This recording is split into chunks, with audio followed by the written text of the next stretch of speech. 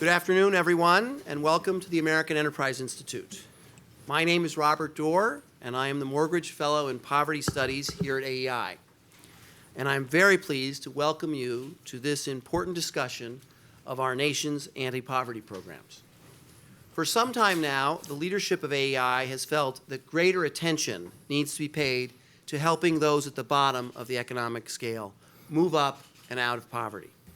There is a deep frustration that despite the fact that we do a lot as a country to improve the material well-being of struggling Americans, we are not helping them achieve a station in life where they no longer are in need of ongoing government support.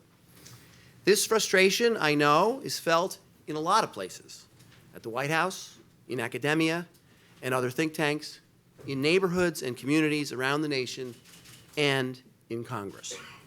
And to offer some ideas on how we can move forward, the Republican Study Committee of the House of Representatives earlier this summer produced this report, Strengthening Our Safety Net to Empower People, which will be the topic of today's seminar. And we are very pleased to have three members of the House here today to talk about their report and to hear reactions from two notable experts on these programs. But first, and perhaps most importantly, we are going to start outside of Washington and hear from experts in the field of helping low-income Americans move up. They work in places far removed from the halls of Congress, but their work has informed some of the ideas contained in the steering committee's report. I have a special affinity for these outside of Washington experts because that is where I worked prior to coming to Washington. I spent 19 years working in social services agencies in the state and city of New York, and I have some idea of the dedication, heart, and wisdom of people who work in these programs, and I always love to be among them. So I'm very pleased to welcome and introduce to you our first panel, which feature three leaders of community-based organization. First up will be Odell Cleveland, who is currently the Chief Administrative Officer for Mount Zion Baptist Church of Greensboro, North Carolina. He was the president, CEO, and co-founder of the Welfare Reform Liaison Project in Greensboro, which began in 1997 as a ministry of Mount Zion and became the nation's first faith-based community action agency. He has developed a broad range of partnerships at a national, state, and local levels, including with the White House Office of Faith-Based and Neighborhood Partnerships, the North Carolina AARP, and the North Carolina Medical Society Foundation. Odell, we're glad to have you. But don't start yet because I'm going to introduce Roberta as well. And Dean. Roberta Keller is the director of the Chautauqua Opportunities, an anti-poverty agency headquartered in Dunkirk, New York. As director, she works to foster economic development opportunities for low-income individuals to help them gain economic independence. Chautauqua Opportunities has been awarded several distinctions since she has been director, including the Department of Housing and Urban Development Home Ownership Award, Best Practices Agency status by the State Department and the New York State Community Action Association Technology Award.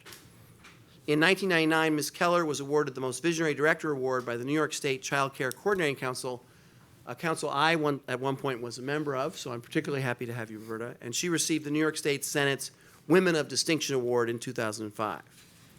Dean Hammond, our third participant, has worked in low-income and homeless housing for more than 30 years, including founding a company focused on HUD housing management software. He joined the board of the Foundation for Affordable Housing in 2004, served as its chairman, and was contracted to act as president before stepping down in 2012. He's now a consultant to the board. Dean is a retired Army major and was awarded the Purple Heart and Distinguished Flying Cross during the Vietnam War, and the Defense Meritorious Service Medal as Chief of Aviation of a military training mission in Saudi Arabia.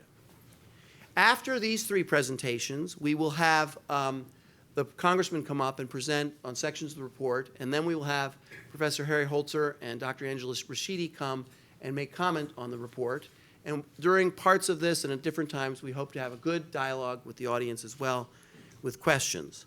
I have one other person to introduce, and she's here somewhere, and that's Nicole Noyes, who works for AI, and she's the timekeeper.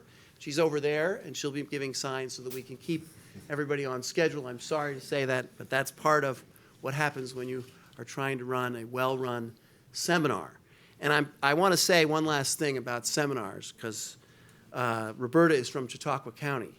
Some of you may know the Chautauqua Institute is one of the earliest sort of institute of good thinking and sharing of ideas in the United States.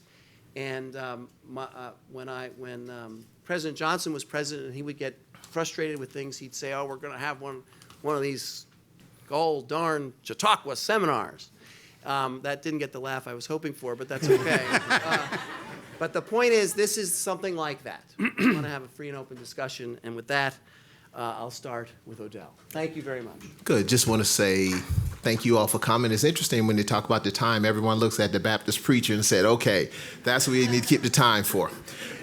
You know, we got, first, just glad that this discussion is on the table in a form that goes on both sides of the aisle. When I read the book, A Conservative Heart, and I look at the other reports, it's very interesting because 20 years ago when I got into this business, I was in divinity school and I was doing my master's thesis when the 1996 Welfare Reform Act came out. And the thesis was the Black church's response to the 1996 Welfare Reform Act.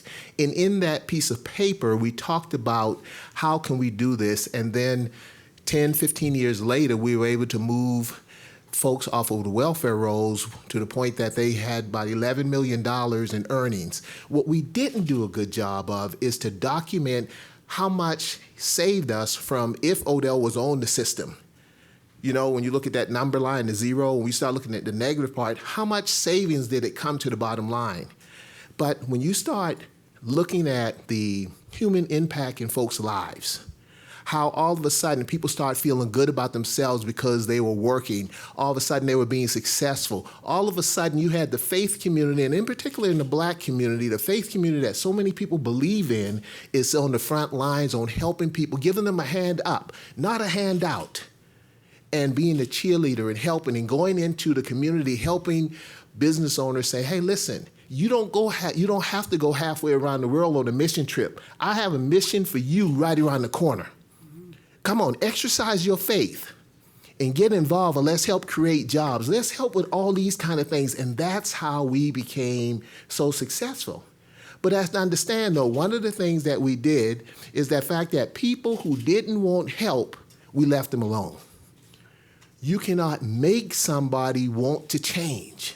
And I think in part of the discussion when I read the papers, it's a lot of it you're going to make someone or encourage someone to get married. Well, someone who's been married for 31 years, who loved my wife, who my nose is wide open and all that good stuff, that's for the young guys in the group. You know, you have to want to be married. No form of legislation is going to make someone get married. But I was so disappointed when I read that the current administration took the work requirements out. The work requirements must be put back in, and it must stay in because that's a big driver that helps make all this work. Because if you're asking the social workers in the DSS systems, Department of Social Service, that's what we refer to it in North Carolina, systems to be job developers, that's not going to work. That's not their forte. So when they partner with us, usually they give you the hardest to serve because no one's, you know, people understand the game. They usually give the faith community the hardest to serve. How are you going to get this person employed, Odell? And that's when we do our miracles. No hocus pocus, just going, building relationships with business owners, getting them to buy in and making a success. And when you get through having them buy in, you go back to the individual and you get him or her to buy in. So believe it or not, the Baptist preacher is going to push the time on because I look forward to the discussion. And I'm just so excited that we're having this conversation because in spite of people's biases, prejudice, and stereotypes about poor people, especially poor Black people who look like me, a lot of your stereotypes are not accurate. And my purpose here today, along with others, is to make you wrestle with your stereotypes. We can show success. We can show that people want a hand up, not a handout, but also part of the system. A lot of the problem is systemic, and I'll end with this. Some people have seen the safety net, which is a metaphor for our social programs, and they turn it into a hammock. Some people see poverty as a pillow, And yes, maybe it has some lumps in it, but you can get used to a lumpy pillow. But you stay in the safety net or the hammock long enough, and that what was there to protect you end up ensnaring you, entrapping you, entangling you with life issues. And when you get ready to move, you can't move. It's a problem. So it's systemic. And a lot of the problem is us. We look for the enemy, and the enemy was us. We put things in place where Odell didn't have to work. You don't have to do anything, Odell, so if I don't have to do anything. For some of us, I'm not going to do anything. And now we blame us for what we created. I know it's no amens, but I'm going to push it to the next person. Thank you. Amen. Thank you. My name is Roberta Keller. I'm the director of a community action agency. We're an anti-poverty agency, and our mission is to assist people who are living in poverty, prevent people who are vulnerable to falling into poverty from getting into poverty, create economic opportunities for the community to get out of poverty, and to discover in our local community exactly what it is that is causing or assisting people to slide down economically into vulnerable economic situations. In our agency, we work holistically with the people that we serve, meaning we know that when you fall into poverty and you have a problem, it affects all parts of your life. So we're not there just to deal with your children or just to deal with your housing or just to deal with your health. We deal with all of it. When you come, you'll be risk assessed across 26 life domains. Based on that risk, we'll find out all the services you're eligible for, but we will measure you against a Roma-based continuum of care. That continuum of care tracks you from crisis to economic security. Our goal, of course, is for everybody to be self-sufficient, to reach the middle of that continuum. But our hope for everybody is that they move toward economic security. And in 2008, I think it was validation of our process that those among us who considered ourselves secure found we weren't quite as economically secure as we thought we were. So we are teaching sound financial principles. We are training people to be responsible, to take responsibility in their lives. We use our services, and we are an umbrella agency that covers all ranges of services. We're a community action agency, a community development corporation, a community development financial institution, a licensed home care agency, child care resource and referral agency. There's many, many titles, agencies, that allow us to do a whole plethora of services for people and assist people to develop their own plan toward economic security. What our continuum does is it shows people where they are. For most people who are living in poverty, they've been in generational poverty. They don't realize where they are. They don't realize where they can be. We don't take somebody who's homeless and talk about home ownership. We take people from where they are and we look at the next rung along the continuum. And that's something they can relate to, and they can understand the collateral cost of where they are today. So incrementally, they make that progress. They make short and long-term plans, and we assist them along that continuum. We track and measure those outcomes. We've been doing this for about 20 years. We're an evidence-based agency, and it works. Thank you, Roberta.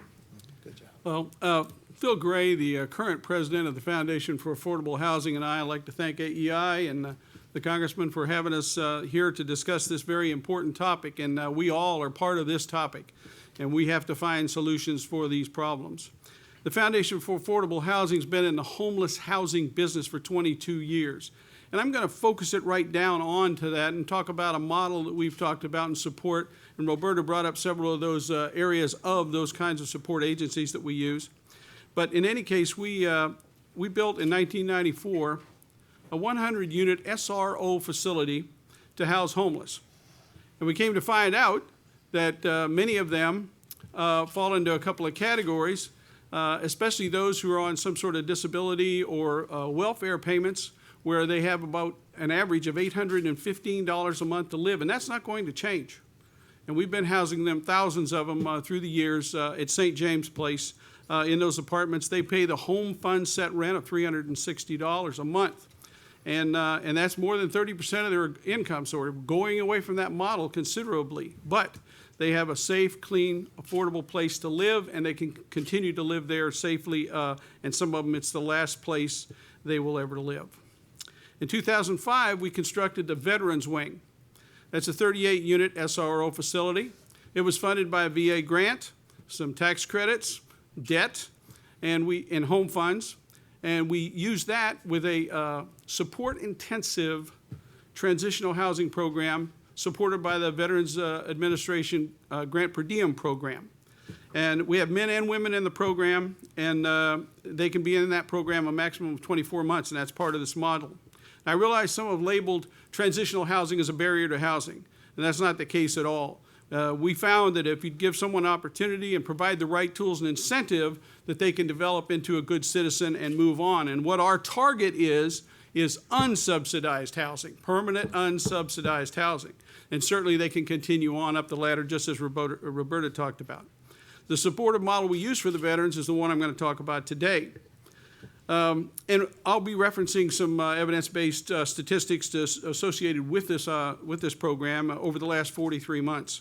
Now, whenever we speak of a model like this, where we're trying to figure out a way to turn a life around before it goes completely bad, we're looking for some checklists to use in the objective.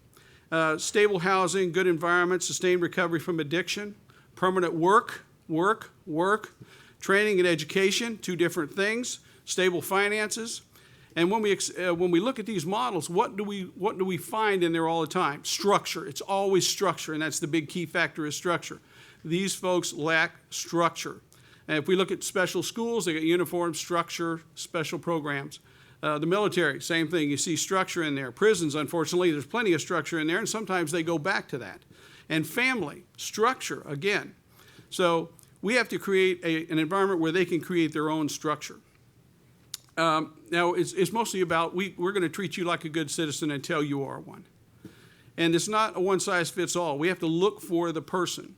We're looking for a specific client. He or she may be homeless, may be in drug court, may never have been to jail. They may have been to jail, probably has an addiction, and has no structure there. Now, here's the fork in the road for America. Here's the decision. We can enroll this individual ultimately in the course offered by the University of Incarceration, where he or she can learn new skills, have access to drugs, meet influential people, have exciting bed checks, still not pay their child support, graduate with a degree in recidivism, go back to the life and environment where they left, and return to prison within 3 years, 68% within 3 years, or 5 years, 77%. And 84% of inmates, 24 or younger, will be back in jail within 5 years. And there'll be no family reconciliation there either. Or we can enroll this individual in what we call the course of study offered by the University of Addiction Life Recovery. Now, this is oriented to the addiction as well, where he or she can learn new skills, of course, targeted job training or job seeking, have room inspections, meet influential people, be drug and alcohol tested often, complete Dave Ramsey's Financial Peace University, learn to dress appropriately, have a resume, increase self-awareness, and a key component, one of our key components, participate in a mandatory savings program. We're going to help you get a job, but you're going to do savings. And that mandatory savings program is kind of monitored or adjusted for the HUD way, 30% of their adjusted gross income. Instead of going to rent at first, it will go to savings. Our veterans saved an average of $2,200 per veteran. 94 clients over the last 43 months have saved $206,885. These are homeless, penniless people that come to us. 124 have participated and saved $259,982, $250,000. Continuing, be up to date on agreed child support, build a habit of paying rent, starting in the second quarter of the program. Do not go back to the life environment they left. Move into permanent housing. Move into permanent housing, 86.4%. That's our percentage right now. Move into permanent non-subsidized housing, 74%. And possibly family reconciliation, that works out sometimes. Now remember, these clients came to us homeless and penniless. Now let's talk about the money. Let's do a comparison. University of Incarceration, federal prison, the average in 2014, $30,619. State prison in New York, $60,000. City of New York jail, okay, $167,731 a year. We should just put them in the Waldorf. I mean, it's just way money. And so the University of Addiction Life Recovery, $22,900 a year. So I ask you, which one's better, 30,000 or 23 or 167,023? Listen to 3 news bulletins. I'll give you one here. Marie, 48 years old, white female, served 3 to 10-year drug sentence, shock probation to Veterans of Court. In our program, 15 months, is working part-time, 3 jobs, saved $2,850, and because of that, she got a match from another program for $2,000, paid cash for her car and her furniture. She says, I will not be returning to prison and working toward reuniting with her daughter. So, this is not a giveaway. This is a program where you have to work to what you're doing in the program. 8% probably won't make it. 92% can really change their lives. 86% can be in stable life condition. And 72% can be in a permanent place with a permanent job. This is the reality of rebuilding a life. Thanks. Can I say one thing? Yes, of course. I think you'll see that all practitioners that have been successful, as you have and as you have discovered that it takes comprehensive, and we have the same approach with our customers. But the issue is the money, the funding for anti-poverty programs do not follow this approach. And it takes an organization to step back from a contract and say, we have a model and we will find the money and use the money to follow our model, we won't be an agency that implements a contract. Government contracts, Great point. the anti-poverty programs that exist in this country are not designed at all in any of the ways you've heard the 3 of us talk about. And they are not in any way measuring success or breeding success. There's not one government contract that I operate that requires an outcome. And I operate $17 million worth of government contracts, and none of them require one outcome. So I have taken those contracts and put them on the side burner and used them as tools and bent them like Beckham in order to make us work and help people change their lives and apply them when they're appropriate. For example, and I'll just use 2 very brief examples, if I can. Section 8 housing, subsidized housing, is an extremely useful tool if you don't tell somebody that they can have it for the rest of their lives, which they can, but you don't tell them that. And you use it at the right time, in the right way, and you structure it the way it was designed to be originally, but has become a crutch that allows people to just live in poverty forever, as you said.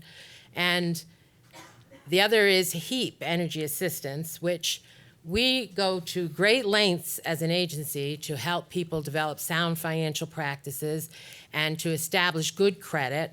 And many seniors who have fallen into hard times since 2008 and they're on fixed incomes are going for energy assistance for the first time in their lives.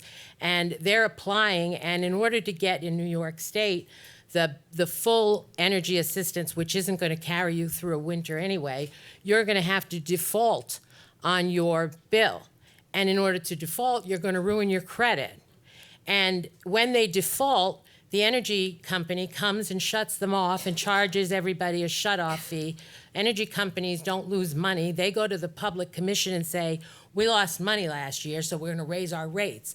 So the taxpayer is paying for the subsidy for the person who's on energy assistance, who's now defaulting to get the full benefit, and that's costing the taxpayer more money because their rates are going to go up because the utility companies are paying more money. All you have to do is pay the utility company to give eligible customers a subsidized energy rate and cut out 10 layers of bureaucracy. and stop putting people into default. This is just small examples of every anti-poverty program that exists. Every single one of them is flawed and needs to be reworked and needs to work together, but they're all operating in government silos, and it takes an organization who operates either many kinds of housing programs or many kinds of anti-poverty programs to be able to step back and take that approach. Okay, that was a great, great beginning, and as I think we'll transition now, I'll make a few comments on what I heard as we get the congressman to come up. But it seemed to me that we heard about work requirements, we heard about coordination among programs, serving the whole person as opposed to just one aspect of the person. We heard about the federal role. It seemed to me that it's clear that there is a federal role in helping low-income Americans, and that people on the front lines recognize that, providing resources and money and assistance. And then finally, we heard about local control, the ability of localities and local leaders to structure their programs the way they want. And then I also think I heard from the three of you, and we're going to come back to these issues, is a willingness to accept evidence and outcome measurements to hold you accountable for how well you do. So for the second part of our presentation today, we have three distinguished congressmen from the House of Representatives, and going in order from Congressman Barr to Congressman Reed to Congressman Walker. We will start with Congressman Barr, who has served in the U.S. House of Representatives from Kentucky's 6th Congressional District since 2013. A member of the Committee on Financial Services, he is committed to creating a better environment for job creation and economic growth. His immediate priorities include promoting economic growth to increase wages for Kentucky families and restoring fiscal sanity to Washington.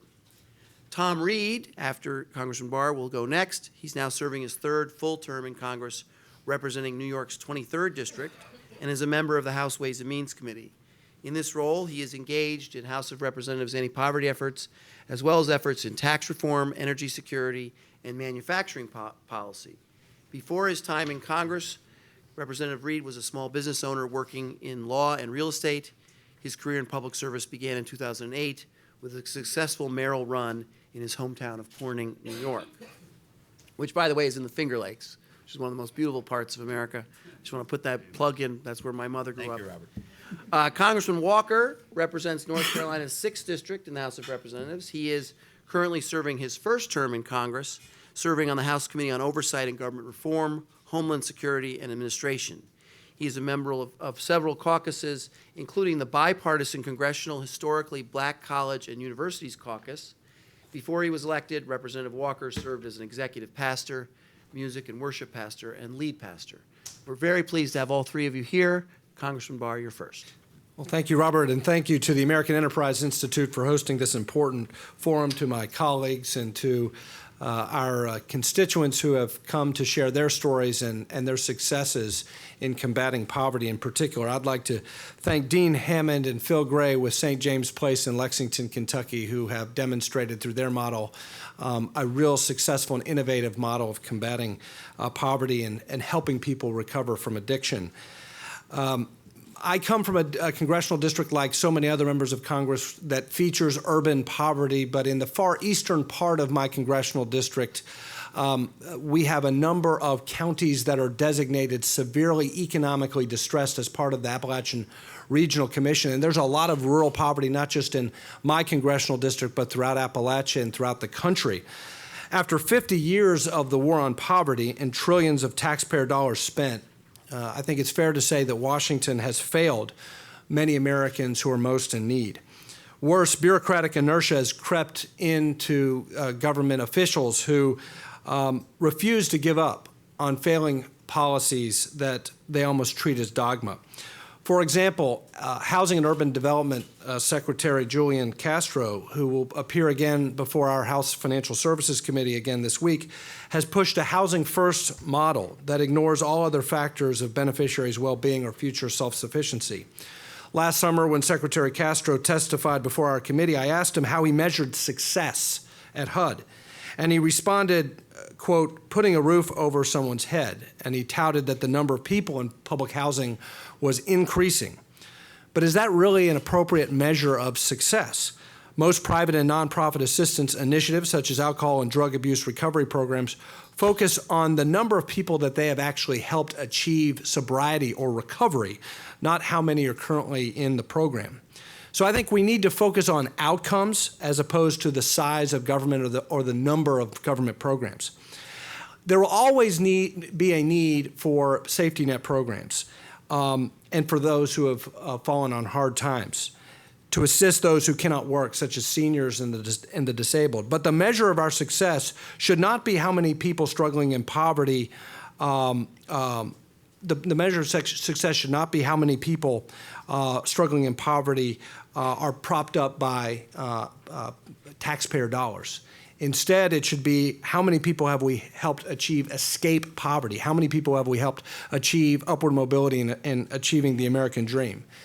Despite $22 trillion spent on anti-poverty programs since the announcement of the Great Society, poverty rates have been essentially level. Today, there's about 46.7 million people, including more than 1 in 5 children, who are struggling in poverty. And worse, measurements of social mobility appear to be headed in the wrong direction as business formation and entrepreneurship are at a generational low. So in sum, if you're born poor, you're as likely to remain in poverty today as you were when the Great Society or when the War on Poverty was announced in 1965. And that's obviously the reverse of the American dream that we all share. So more of the same cannot be the solution. That's why my colleagues and I, working through the Republican Study Committee's Empowerment Initiative, have produced a comprehensive review of federal anti-poverty programs to inform legislative proposals to create a new model. And this work has informed Speaker Ryan's better way to fight poverty. My focus in these efforts has been on housing reform, an issue within the jurisdiction of the Financial Services Committee. HUD can no longer treat those in need as liabilities, warehoused for generations in publicly assisted housing. Our fellow Americans want to recognize their full potential, contributing to their communities, to our body politic, and to our national economy. And of course, Arthur Brooks with the American Enterprise Institute so eloquently put it in his book, The Conservative Heart, when he talked about poor people as not being liabilities to be managed by some distant, remote government bureaucracy in Washington, D.C., but poor people are dormant assets, untapped potential. And we view, as Brooks does, that work is not a punishment. It shouldn't be viewed as a punishment. Work is a blessing. It gives people the opportunity to achieve their potential and give back to their fellow human being. So the most effective anti-poverty program known to man is a good-paying job. That is why we are advocating work and job training requirements for able-bodied individuals in public housing to get people back in the workforce, reduce poverty, and ease the cost to taxpayers. The more efficient we can be in helping people off public assistance, the more people we can reach with limited federal resources. And this model has worked before. We're building on the successes of the 1996 welfare reform model, which led to employment rates increasing by 15% and dramatically reduced child poverty. In recent years, these reforms have been chipped away, and the results speak for themselves with low labor participation rates, the lowest labor participation since the melees of the late 1970s. Our plan also improves flexibility for states and encourages the establishment of pilot programs to test innovative assistance models like those demonstrated by our panel. The work of Dean Hammond and the St. James Places model works, but it's not really compatible with HUD's Housing First model. We must break down such arbitrary bureaucratic barriers to inventive solutions that would meaningfully improve lives. Warehousing poor people is not a solution. Identifying underlying causes of homelessness and dealing with those issues is a better approach. We also should consolidate access to assistance so that beneficiaries can receive unemployment, food assistance, and housing benefits all in one place while getting their questions answered quickly to avoid being caught in red tape. And our plan would also encourage competition so that scarce resources for Section 8 vouchers or vouchers for housing would not be simply allocated to one public housing authority, but instead those housing authorities out there that are doing a good job helping people graduate into non-subsidized housing situations, they would be rewarded for services that are actually working, and they would take on a greater responsibility. And I believe that we also should open it up to the institutions of private society, dioceses, faith-based institutions, churches, synagogues, and nonprofit organizations that have better results when it comes to graduating people from public assistance into self-sufficient situations. And finally, our plan would demand results and accountability. No more useless metrics or ambiguous mission statements. If programs administered by state and local governments are not moving people from welfare to work and self-sufficiency, then they shouldn't deserve taxpayer support. As we all know, one definition of insanity is doing the same thing over and over and expecting a different result. Washington's approach toward fighting poverty is insane and has been a failure.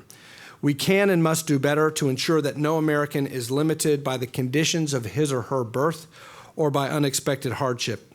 So if we work together on these legislative solutions, I truly do believe that we can restore the American dream. Thank you.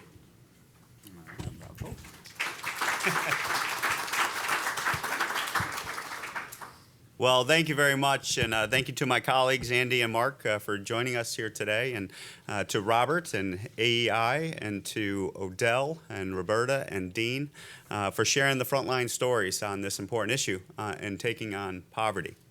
And I will tell you, I'm often asked, why? Why have you made this a priority in your tenure in Congress?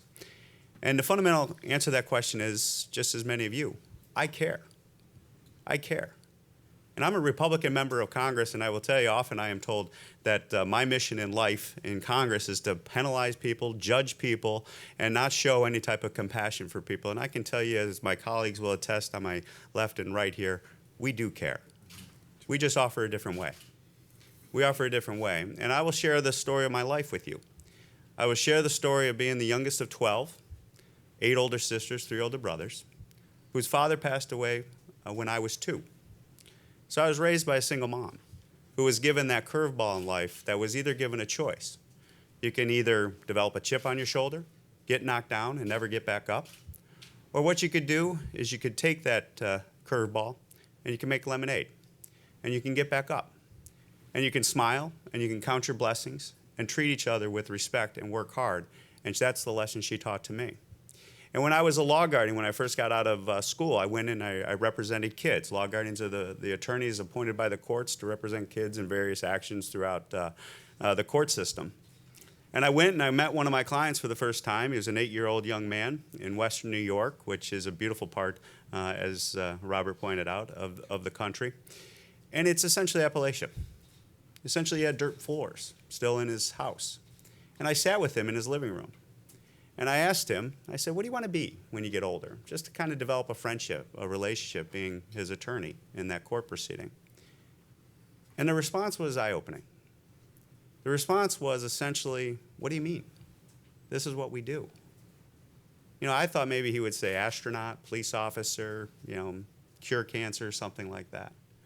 But essentially then it dawned upon me. How could I expect that young man who was 8 years old to, when he's 21, 22, to know anything different than the life that he was exposed to? That's the cycle of poverty that I read about and that I've seen firsthand. And so when I come to this issue, I come at it from a personal perspective that we must do better. We need to do better. The status quo of the federal government that has been taking on the war on poverty for decades just doesn't work. And I am influenced by a lot of leaders across the country and former leaders of the country, and I see Jimmy Kemp here. His father also comes from western New York. Jack Kemp is somebody I looked up to and look up to each and every day. And what he taught us to be is a happy warrior, to take on these issues and look at people in the eye and recognize the potential that is there. And the systems that we have developed in the federal government at the state level and the local level just don't do that. The silos that have been talked about by Roberta and others that Andy mentioned, the left hand of government not knowing what the right hand is doing, recognizing under our proposal, the better way, the RSC proposal, that we need to look at the holistic approach. That's Roberta Keller. I've gotten to know Roberta over the years, representing her in Chautauqua County. Again, a beautiful place, and she's doing amazing work. I've toured her facility numerous times. She takes the holistic approach. Because when you deal with poverty, it's not a one-size-fits-all solution. And then when you have policies that not only cause you to be penalized when you work, but we also have a life-changing impact. You lose your daycare. You lose your heating assistance. You use your transportation assistance. Our policies need to be coordinated. Our policies have to look at the entire approach. And that's what we are proposing in the RSC proposal, as well as the Better Way. Rewarding work, standing with people as they go through life, and recognizing that, yeah, we can be there during that time to offer some type of assistance, be it cash assistance for the crisis situation, but that only takes care of an individual for a moment. We need to make sure that we are standing with them to get the skill set, the education that is going to empower them for a lifetime. That's truly caring for people. It's the old adage.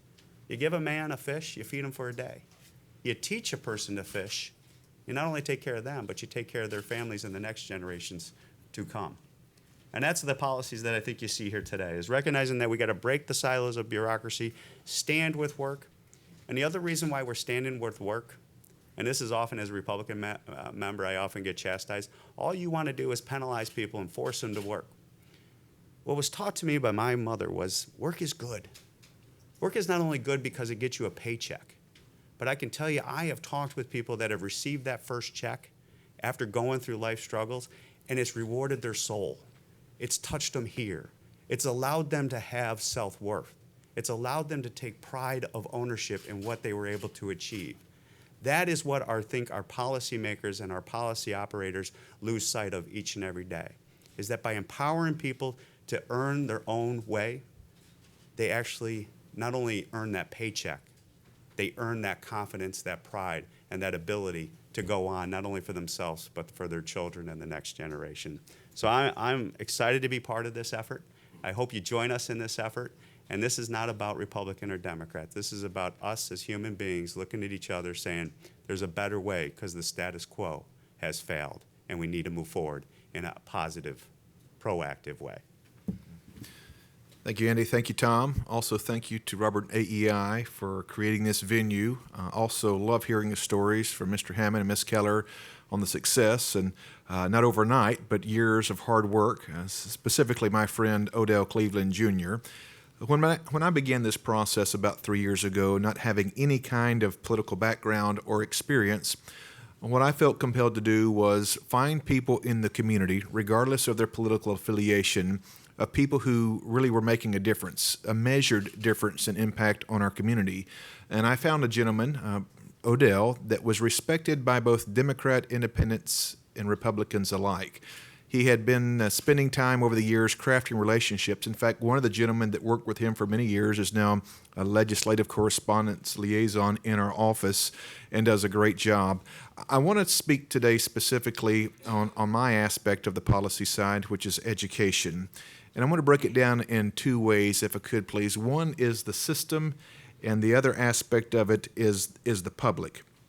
Specifically, when it comes to the system, I want to talk about a specific piece of legislation that I believe is conducive to building a base level and a foundation that can help curb potential poverty in the various family structures. I believe the United States was founded on, as you probably do, all men are created equal. And while it's not government's job to fulfill our dreams, our goals, as lawmakers, we have an opportunity to empower people as opposed to enabling them when it comes to accomplishing the American dream. Every man, woman, boy, and child should have that same opportunity to escape the poverty and achieve the fullest potential as God has created that person to accomplish. And one of the things we've seen recently over the last couple of years, since in my long tenure of 17 months in Congress, is the DC Opportunity Scholarship Program and some of the great choice that has provided families up to $8,000 a year. I believe choice plays a huge impact that, and not just in the scholarship opportunity, but if we could zoom out about 30,000 feet, a piece of legislation that's part of this RSC initiative called the A+ Act, which specifically allows states, local arenas to opt out of all the federal mandates, but continue to keep the federal funding to invest it and put it into the local arenas that has seen some success. To me, that's a common sense approach. It's federalism at its finest when it comes to empowering the people who are there on the ground, there at the battle line, making that kind of difference there. We need to take a hard look at government's approach for the last 5 decades. It'd be one thing if we had measured success. And I believe that we can see through different testing and different results that something hasn't worked in our education system. Since the creation of the Department of Education and other aspects, we have created tons of programs in many more different vehicles or creative avenues, but something isn't working when it comes to the overall testing. But A+ Act allows these schools to be able to take those funds and make it and invest it where it has the greatest impact. A great education should not be a privilege available only to the wealthy. Yet sadly, millions of children are trapped in failing schools with really no education options. There's not a whole lot of flexibility. I'm sure everybody in the room is familiar with Common Core, and one of the pushbacks on that was that one-size-fits-all strategy. We want to get away from that. We want to be allowing those teachers. In fact, I would dare say that if I were to ask you a teacher that made the most impact in your life, it was probably someone who got outside the box, someone who were allowed to take their personality and have the flexibility and the creativity that would impact, that would make a difference as far as your future life. The mind of a child is a precious thing. Every child is unique, and there is no one-size-fits-all solution. Parents know their children the best, not faceless bureaucrats sitting behind a desk in Washington. Let me take just a minute, if I could, please, in talking about families. One of the things I believe that the A+ Act does, it gives us a chance to continue to restore that family. See, I believe a lot of these are symptomatic issues, as we've seen the family dissipate since the 1960s. When you're able to do anything that brings the family back in, that puts some ownership back on the family, that empowers them, I believe it gives you the best chance for future success. By limiting itself, government can actually expand opportunity when it gets out of the way and paves the road to collaboration between students and teachers. That, to me, is part of this, what I would call the system part of it. And a few more things, if we have time, question and answers as far as the wonkish or the nitty-gritty of the actual policy itself. But I don't want to forfeit some of my time unless I talk about also the public side of this. And to me, this is maybe the most important aspect. When we talk about programs, we talk about policy, sometimes we fail or we neglect to mention the conduit of which those programs are delivered. And I think, to me, any program succeeds or fails based on how it is delivered. And you say, what do you mean by that? Well, let me talk about relationships for a moment. My background has worked in places of inner cities of Baltimore, New York, and Cleveland, long before there were any political aspirations. I remember specifically Sunbeam Elementary School in Cleveland, Ohio. We took a team of about 60, 65, began to work and try to do our best to refurbish a school. This is a 1st through 6th grade. I remember seeing the metal detectors. I remember seeing just the rundown. The playground had one piece of equipment left, and it was a plastic Little Tykes bench, picnic bench that had faded over the years.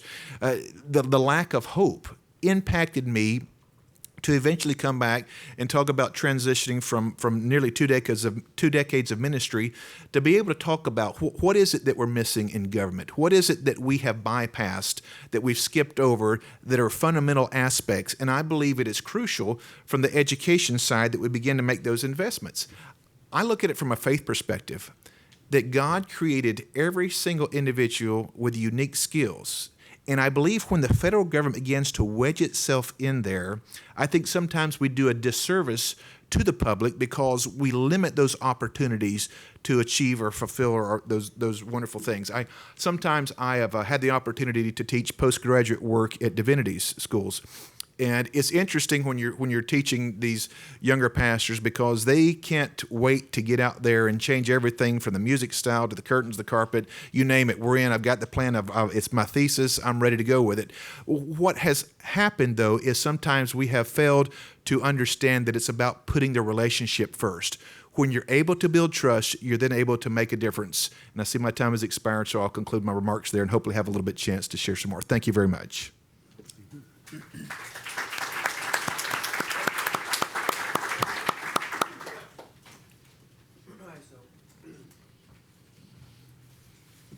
Harry, you're going to go here, and Angela's going to go over there by Congressman Carr.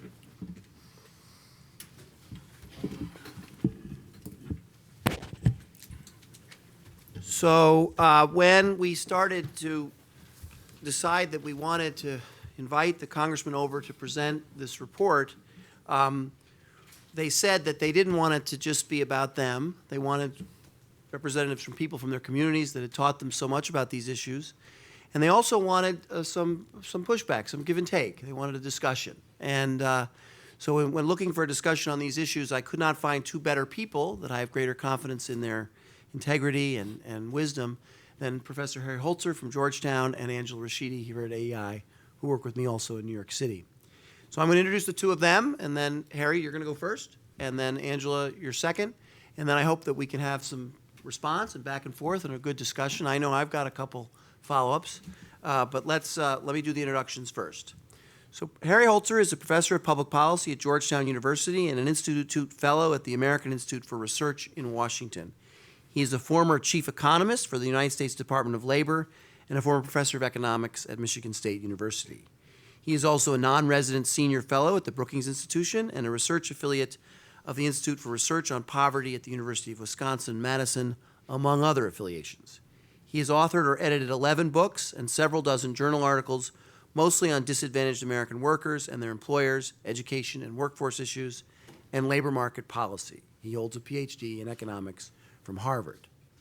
Angela Rashidi is a research fellow in poverty studies at AEI, where she studies the effects of public policy and existing support programs on low-income families. A former deputy commissioner for policy research and evaluation for the Department of Social Services in New York City, Dr. Rashidi oversaw a team of analysts working on studies that were used to help local officials make informed policy decisions on how work, family, and public policy can reduce poverty and improve the economic situation of poor families. She has a PhD in social welfare policy. She's written several research papers for us at AEI, including on child care, the marriage penalties and the earned income tax credit, and labor force participation. We're very grateful to have both of you here. Harry, you're first. Okay, thank you, Robert, and thank you for having me today. So when my friend Robert Dorr called me a few weeks ago and asked me to do this, and I had a quick look at the report, and I said, Robert, I'm going to have to say a lot of critical things. And he said, it's okay, just be polite. Now, that's a little problematic, because as some of you may know, polite isn't always my strong suit, even under the best of circumstances, but I will try. But I think, to me, this is a very blunt report, and it merits a very blunt response. Anything less than that would be dishonest. I'm going to try to get the right balance of politeness and bluntness. If I fail to get that right balance, I apologize to everybody in advance. Let me tell you a little bit about who I am and the way I look at the world. So I am an economist. I did serve in the Clinton administration, so I am tagged as a Democrat in this town. But unlike many of my fellow Democrats, I part company from them. I think work incentives are really, really important. I think TANF did improve and increase work incentives, and some of that was very good. It also created other problems that I'll mention in a minute. I think stable two-parent families are the best ways to raise children in America, not every country. In America, that means marriage. I wish we had policy buttons we could push to raise marriage rates, but I think conservatives have largely been right about that. I was one of the authors of the AEI Brookings Poverty Report. Robert was another one of the authors. It was a great experience. I stand by every word in that report. So I am used to reaching across the aisle and working with my conservative friends, from whom I learned a lot. I've even read other reports like the Paul Ryan report. It was not my favorite document in the world, but I found some positive things to talk about and think about. Having said all that, my reaction to this report, I got to tell you, was really pretty negative. I personally, with all due respect to the congressman, I found the report to be extremely partisan, extremely ideological. It's nasty in tone to people like me who are Democrats. It is full of gratuitous slaps at President Obama and President Johnson, many of which serve no purpose except to alienate people like me. It's polarizing, it's polemical. In many ways, it doesn't have this nice amicable tone that I think the congressman today tried to strike. There's many statements in the report that I believe are demonstrably false if you look carefully at the research evidence. And I'll talk about the rigorous research evidence using rigorous methods. And I'll mention a few of them. Some of them are grand general statements, some of them are very specific. And by the way, I think the American poverty programs have a lot of problems. And the silos mentioned before are real issues, no doubt about it. It could be much better. But a few comments. And all three of you said the current system's a failure. And one of the statements in the opening paragraphs, Johnson's big government welfare state has been a failure. I'm sorry. I regard that statement as demonstrably false when you look at the rigorous evidence on these programs, on Head Start, on Job Corps, on some of the other. It's simply, that is not what you can conclude from carefully looking at that evidence. You can be critical. You can say the evidence is very mixed. You can say the programs are too costly. You can say they don't get at the underlying issues, which I think is a correct comment.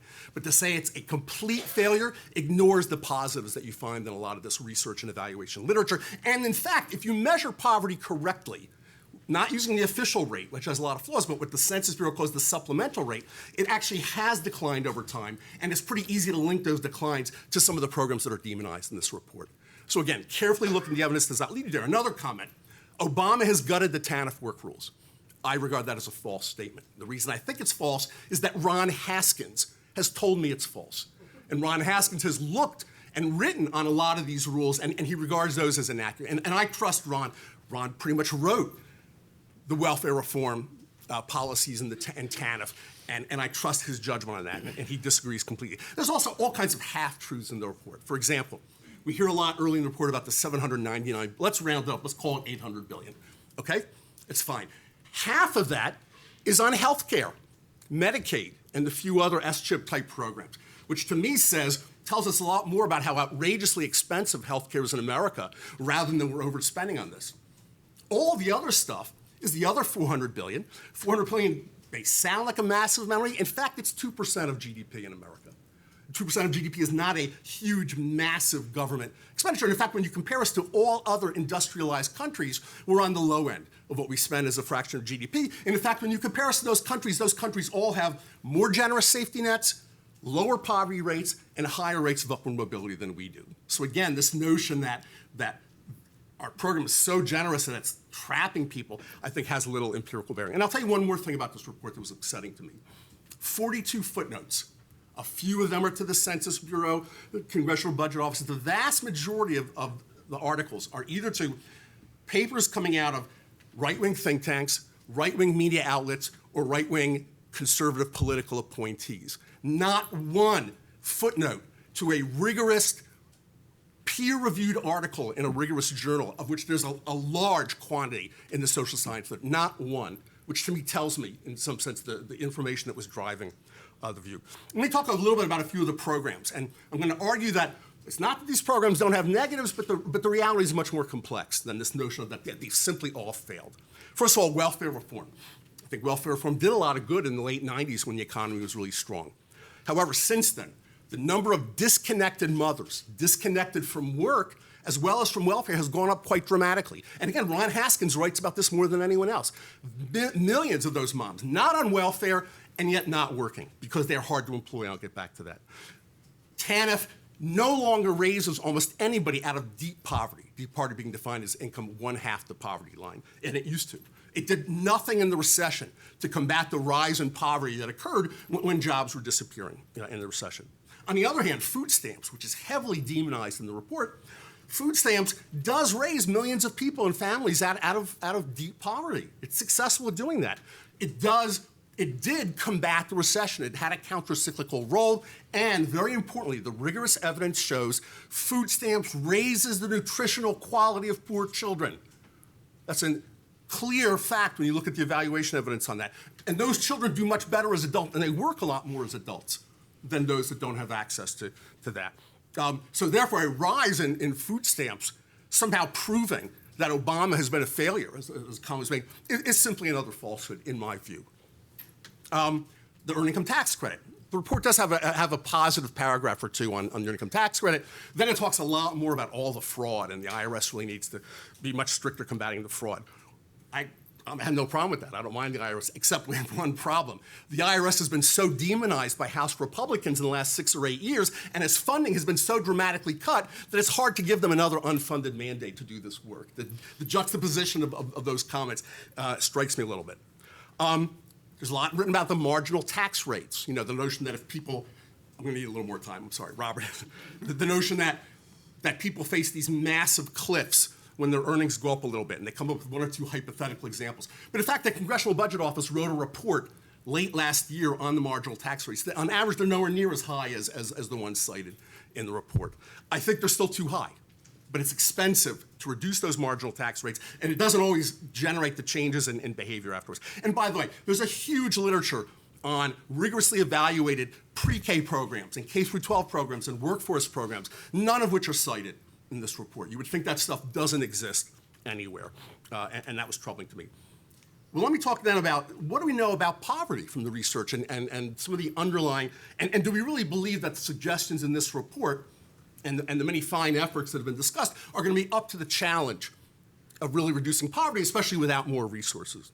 First of all, there are a lot of adults in this country who fit into the category that we often call the hard to employ, people with multiple barriers to finding jobs and especially to keeping the jobs that they find. They often become the disconnected moms, and their children, and the children of the poor in general, grow up with a lot of what we now call toxic stress. The stress, the instability of life, the resources that run out at the end of the month impedes their brain development, and consequently both cognitive and non-cognitive skill gaps develop very, very early in the life of these children. And the notion that imposing more work rules on their parents is going to solve that, to me, defies logic. Those are serious. And by the way, and then those gaps get reinforced in highly segregated schools, segregated by race, segregated by economics. I agree, a lot of the schools are not very good and reinforce a lot of the failures, but a lot of the choice programs don't necessarily solve those problems. If you look carefully at the charter school literature, some charter schools and networks are very successful, many others are not. Some choice experiments have been successful and many have not. So again, if you look at the evidence, you make softer statements. Let's talk about the labor market for a second, what's happened in the labor market. Work is a great thing. I'm 100% pro-work. However, wages have badly deteriorated in the 2 or 3, 4 decades we're talking about here. Right now, someone at the federal minimum wage working year-round full-time, depending on how you define that, makes $14,000 or $15,000 a year. When you add in EITC and other things, they're still below the poverty line for a family of 4, for a single parent. And the decline in real wages among less educated men has clearly, number one, helped drive a lot of these men out of the labor force, and number two, driven them out of marriage. There's almost no, you can debate the magnitudes of those effects. So to make no comment about the level of wages that the labor market's offering, to me, misses a lot of the action. Marriage, I like marriage. I like marriage, it's a great thing. We don't have policy buttons to push. Marriage and the fraction of children growing up outside marriage has gone up in red states as well as blue states, in every kind of policy environment. The notion that you blame all of that on these programs is another falsehood. Now, contraception is different. We have strong evidence on contraception policies from Isabel Sawhill, from folks at the National Campaign. It's not mentioned at all in this report. And I'll say one other thing. It's true that the poverty programs we have often don't address those problems. They're very, very hard to solve. But the notion that the proposals set forward in this report are going to solve those deep structural problems, again, I find unpersuasive. So I'll close by saying the following. I'm actually open to a lot of the policies, as I was in the AEI Brookings report. I'm open to consolidating some of these programs, and coordinating better and raising flexibility. I'm open to strengthening some work requirements. I'm open to lowering the marriage tax. I'm open to more accountability and more choice. All those things I'm open to if you do them carefully and thoughtfully and based on the evidence. However, people have to meet me halfway, and they have to acknowledge the evidence that some of these programs really do perform positive things and not just demonize these programs. If you're going to have extra work requirements, you have to provide appropriate work supports and services for people. What conservative scholar Larry Mead at NYU calls help and hassle. And whenever I talk to Robert Dora, I think the programs he likes do the same. You don't just slam on work requirements and do nothing to help people, which leads to a principle that we embraced in our AEI Brookings report. Nobody should be kicked off a benefit program if they haven't been offered a work activity along with appropriate services and supports. And I support that principle. And if you want people to work in large numbers, sometimes you're going to have to engage in some job creation. The private market doesn't always get that right. As we witnessed in the Great Recession, as we witnessed in all kinds of depressed regions, that costs them significant money. It can still be money well spent. And the emergency TANF program in the stimulus bill, I think some of the evidence we had on that suggests that it was effective. So I will stop. I'm willing to meet people halfway and consider these arguments, but not in the context of a report like this that demonizes Democrats and demonizes programs and denies every bit of evidence on things that have actually worked. Okay, thank you, Harry. I hope Harry will tell us how he really feels. Yeah, I know. And I have there are a few things that I would like to talk about, but we're going to go to Angela first. And Angela, 5 to 7 minutes. Okay, thank you. Not quite sure how to follow that up, but I will try to. It really is a pleasure to be here this afternoon. As Robert mentioned, I study the effectiveness of primarily federal safety net programs here at AEI with focus on trying to reduce poverty and low income in America. Also, as Robert mentioned, for about a decade, I worked for the New York City Department of Social Services as the director for policy research. And in that position, I really saw how these programs functioned, at the ground level and how people experience them.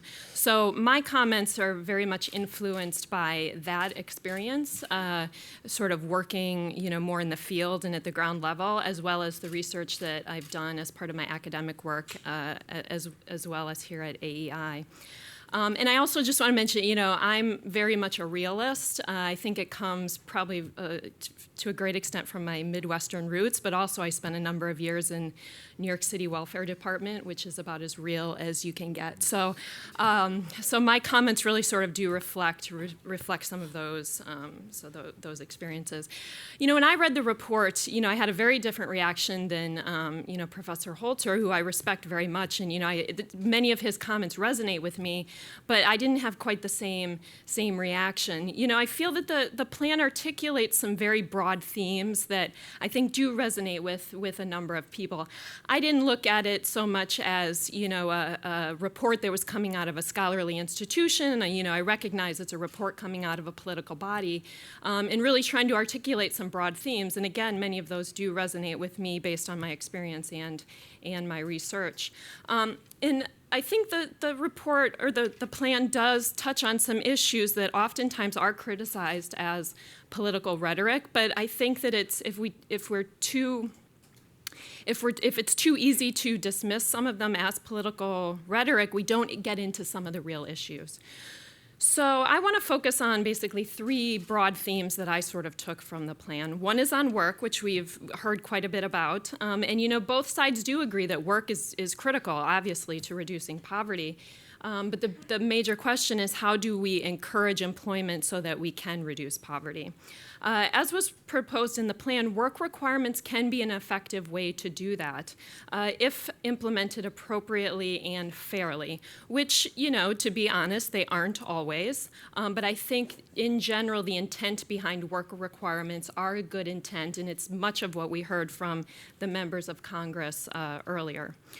Too often, I also agree with the members, their comments earlier, that too often these requirements are viewed as punitive and some kind of punishment to people because they're seeking benefits, when really they shouldn't be viewed that way. They should be viewed as an opportunity to build people up and to provide work programs and to some extent training for people who may not be connected to those type of services. So the Supplemental Nutrition Assistance Program, for example, which does have a work component for individuals who are able-bodied without dependent children, but doesn't have very robust programs for those who are not. To me, that seems like a missed opportunity rather than some sort of effort to try to implement punitive measures on those individuals. And I agree that work promotion activities, work promotion requirements can be a larger part of our other programs, such as housing assistance, which we heard about, housing assistance programs, as well as our disability assistance programs and more broadly, food assistance. Research does primarily tell us that work is the best way out of poverty if families and if individuals are work able. And it also shows us that work, as again was mentioned earlier, provides a sense of belonging, a sense of community, self-pride that is really critical not only for affluent people but low-income people as well. And why would we try to deny that for all Americans? Census data show us that about 60% of poor working age people do not work at all. And so those are the people that are denied some of these opportunities that employment can provide. The reasons that they give for not working are not inability to find a job. It's actually about less than 10% say they can't find a job.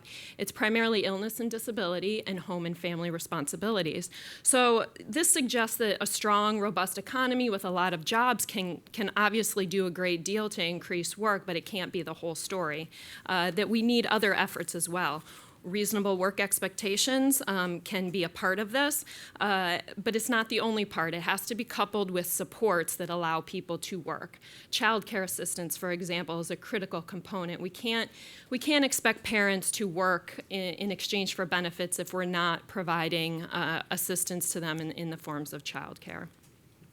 And then we also know the federal policies that have effectively supported work, and we should continue to support those, such as the Earned Income Tax Credit. But as the report also mentioned, the EITC has problems in terms of improper payments. And again, I wouldn't be too quick to dismiss some of those, and there's lots of issues with the tax system, but the EITC is one area, and that needs to be addressed. Luckily, AEI is putting out a report in the coming weeks that shows that there are legitimate and credible ways to address some of these issues, and I hope for people that are interested in that, you'll have a chance to take a look. The second area that I think is of critical importance is the family, and we didn't talk a whole lot about that earlier. And it's kind of a hard thing to talk about. I mean, people often draw on their own values, their own personal beliefs when thinking about marriage from a public policy perspective. But if you look at the issue from a purely empirical perspective, the data are pretty clear. Two married parent families experience lower poverty, and children do better in married families than in single-parent families. There's a good deal of research to support this. Research, as Harry mentioned, research has also shown that the government does not do a very good job in promoting marriage. But as the plan correctly outlines, government should not necessarily be in the business of making low-income parents who do decide to marry, making it financially or making it a disadvantage to them if they do decide to marry. My own research found when it comes to the EITC that for actual low-income unmarried parents, the penalty for the EITC can be in the range of $1,500 to $3,000 if an unmarried couple decides to marry instead of staying unmarried and even raising a child together. So these marriage penalties are real, and they need to be fixed, and it will cost money. And so that's another piece that's often not talked about when some on the right talk about these marriage penalties. To get rid of marriage penalties, it will cost money, and it needs to be addressed in that context. The third point I want to make is around experimentation, and this really gets to kind of one of Roberta's points from the earlier panel about all these funding streams that are together and how they're able to take an approach that's more holistic, but a lot of the anti-poverty programs are not set up that way. The plan advocates for more state flexibility to experiment with some of these programs, and I do think that that's the direction that we need to go in, at least on a pilot basis. States need to be able to pilot programs that streamline these programs together, try innovative approaches. I really like the pay for success models that was mentioned in the plans, and there's other efforts as well, savings models, things like that. States need to have the ability to experiment with some of these things. And states really may be in a good position to do that. We learned from the 1980s and 1990s when states were experimenting with welfare programs that changes could be made, and we need that same sense of experimentation today. I do, though, understand the concerns that some have that states may not be up to the task to do that, and that it's a risk for poor families. But I would argue that the federal government needs to then take the role of holding states accountable for these pilot programs, have rigorous evaluation, hold them accountable for outcomes, and make it time limited so that if they're not producing the results, the funding goes away. And then one just last point I'll make before closing. The final statement in the plan was about the federal government's fiscal house and the needing to get the fiscal house in order and the need to shrink government. While that is true, it doesn't have to mean just cutting safety net programs, and it also doesn't have to mean no new spending, for example. In my opinion, it should mean better targeting spending and spending money on things that are going to achieve the goals that we want to achieve. Today we've heard, and I've laid out, those goals are work, family, and experimentation. So if there are areas that are not effective and you can have less spending, it should be realized that there may need to be new spending in childcare, for example, or maybe paid leave for low-income families, things that we know are going to support work and are going to support family, because those are the things that those are the goals that we are trying to achieve. So ultimately, again, I sort of looked at the report or the plan a little bit differently than maybe some others did, but I see a lot of possibilities in the study committee, the Republican Study Committee's empowerment plan. We all won't agree on everything that's in the plan, but I do believe that there's a lot of agreement on both sides in the areas of work, family, and experimentation, and I just hope that people will take the plan maybe a little bit more, as I did, as a broad framework for what can be achieved, and try to work towards that. Thank you. Okay, thank you very much, Angela and Harry. And I want to give the members an opportunity to comment on anything they've heard, and then I think I might have a follow-up question or two, and then you might have a follow-up, and then we might want to engage the audience and also our previous panelists. So I'll start with Congressman Barr. Well, thank you very much. I'd like to first start by complimenting Professor Holzer for his passion. And he should, But not my politeness. No, yes, I think it was perfectly polite. But let me compliment it. In all seriousness, let me compliment him for his passion, because every one of us here should be outraged by witnessing people struggling in poverty. And there should be passion in this debate. And we may have vigorous disagreements, but what we all should be is passionate about this issue, because it's unconscionable that people in this country, a country built on the concept of the American dream, cannot escape poverty, because that denies the uniqueness of the American experience. And so when I go to eastern Kentucky, in the eastern part of my district, I go to Wolfe County, Kentucky, I try to absolutely share in that passion that Professor Holzer has. And when I meet a young woman named Sally, who comes up to me after a town hall meeting with tears streaming down her face, and she says, it's August and we're going back to school, and my two children have grown out of their shoes, and I cannot afford to buy them shoes, so I went to Walmart and bought them flip-flops just to go to school so that they wouldn't be embarrassed going barefoot to school. That deserves our passion. That deserves our outrage. And what she said was, the reason why I can't afford shoes for my children is because my husband was laid off because his coal company doesn't have a permit, and he couldn't get a permit. So I would say, first and foremost, let's not promote government policies that actually produce poverty. First, let's not do things that actually affirmatively put people into poverty. Now, with respect to the anti-poverty programs that we do have, let me come halfway to where Professor Holzer is, as he requested. I think he deserves us to come halfway. And where I would come halfway is that, in truth, some of these anti-poverty programs that have been around for 50 years have alleviated material deprivation to a certain extent. The problem is that the spiritual deprivation persists, and is perhaps even exacerbated.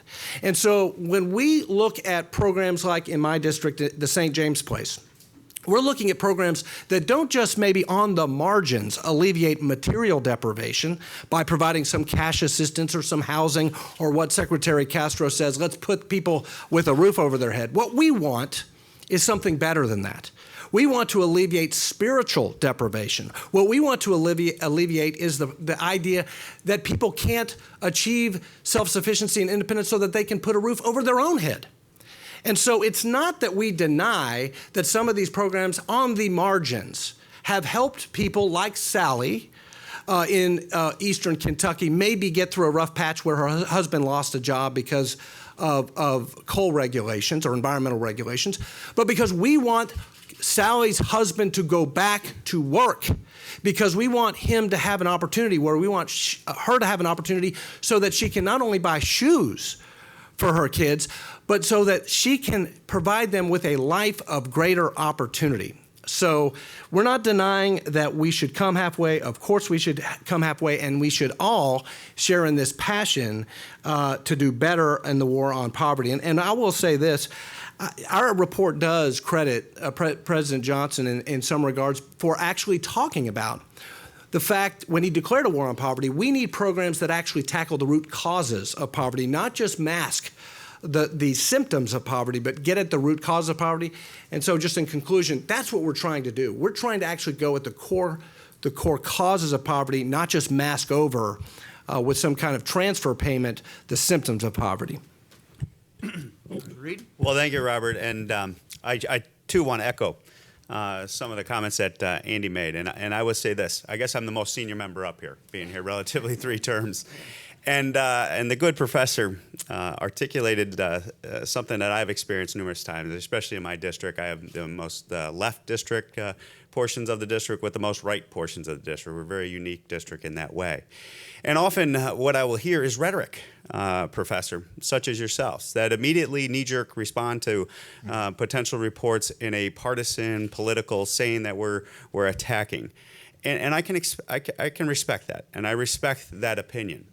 But at the end of the day, what we cannot do, and I can promise you, Professor, is that I'm not leaving. I have done this numerous times in town hall meetings. I've been yelled at for an hour and a half, 2 hours, called every name in the book. I've actually been damned to hell for some of my political beliefs. I can help you with that. Well, thank you. If I'm going to hell for the things I was supporting there, get ready for it, Mark. I'll be in the confessional for many, many hours. But after an hour and a half and 2 hours, what I said is, I'm not leaving because I care about this. And we're going to find an area that we agree upon. And you know what happens after you get through that rhetoric? And I've seen that in Washington, D.C. It's amazing what we can agree upon if we're willing to at least get through the rhetoric to get to the substance. And so the professor articulates, I think, some of the things that we agree with, that Angela points out. We believe and recognize in work. That's where we should spend our time going forward. Where can we find that common ground, that halfway point? Where can we find the issues with the silos that the professor articulated is a problem? The issues that Roberta Keller from our district has demonstrated over a lifetime of commitment of changing how to break down those silos so that the left and right hands of government know what's going on in individuals' life. Where can we promote, those training skills, those educational skills that are going to arm people for a lifetime? Because you see broad agreement in the reports that I've been part of that want to do that. And I think the professor, from the comments I heard, is committed to that. So this gives me a lot of optimism. And to the people that are watching this back home, somewhat, this is kind of what DC operates like for the first 20, 30 minutes. But when the cameras are off and the lights are down, there are serious legislators like my colleagues here who are at this table here today, who have committed themselves, given up so much back at home to be here to get the people's business done, that are going to continue to do this work because it's the right thing to do. And I can assure you there will be many times when we meet halfway, Professor, and we will be able to find solutions to these problems because our fellow citizens deserve that. That's why we're here, and that's why I'm, again, inspired by Jack Kemp and the work that he did in his career here in Washington, D.C. Representative Walker, and then I have some questions on things, maybe see if I can get agreement. Sure. Well, thank you. Once again, it's been a privilege to be here today. I do believe that Professor Holzer's comments in some places were exaggerated. Specifically, when I believe you indicted all 3 panel members saying that all 3 of us had blamed, use your quote, all of this on these programs. I don't believe anybody up here made the case that all of this is based on programs. If you were listening to some of my comments, I don't know how much of your notes were prepackaged, but if you were listening, I talked about some of the family and some of the things there that were part of the issues as well, not just the program side. The other thing that I heard you say, if I remember correctly, was that kids that are on food stamps are better off as adults. I would love to know what report that is based on, and I'd love to get that information. Honestly, that would help us there. And the final thing that you talked about, you said when it comes to school choices, you said some charter schools or some choice is good and some of it's bad. That's a pretty broad, sweeping statement that really doesn't give you an idea one way or the other. But I would say this in conclusion with my thoughts here: who is it better to make those choices, bureaucrats or parents? So even if not everything is measured tit for tat, or if you want to put it all in one big box and say some's good, some's bad, I would venture to guess, they don't have any concrete evidence, but I will do the research, you've inspired me to do that, is how many times those parents get to make the choice as opposed to more Washington bureaucrats. And those are just a few comments. If we have time, we'll get into some more things, but I will say this.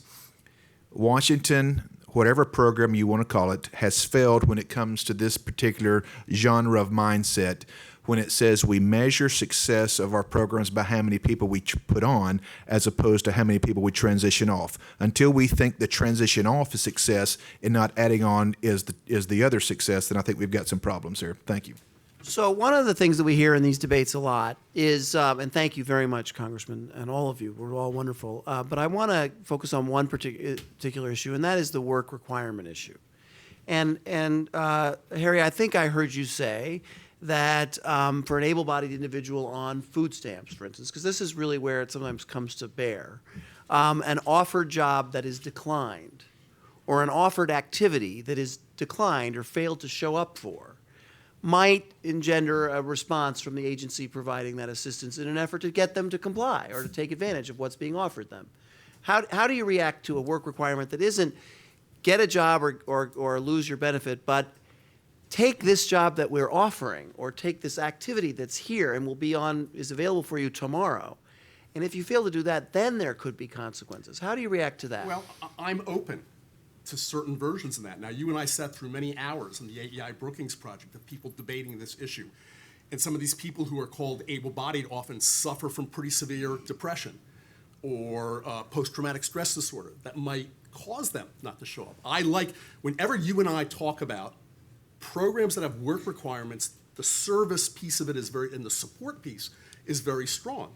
So maybe not the first time if somebody doesn't show, I wouldn't can them, but if you have a repeated pattern and if there have been efforts made to be supportive, the Larry Mead help and hassle model, then I'm more open to considering some version of that.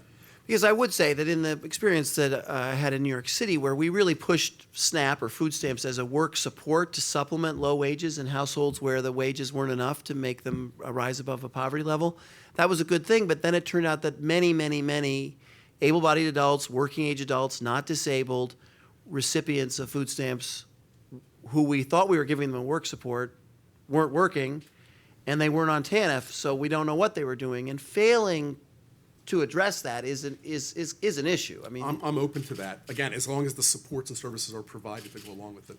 And then for you guys, so block grants or state experimentation.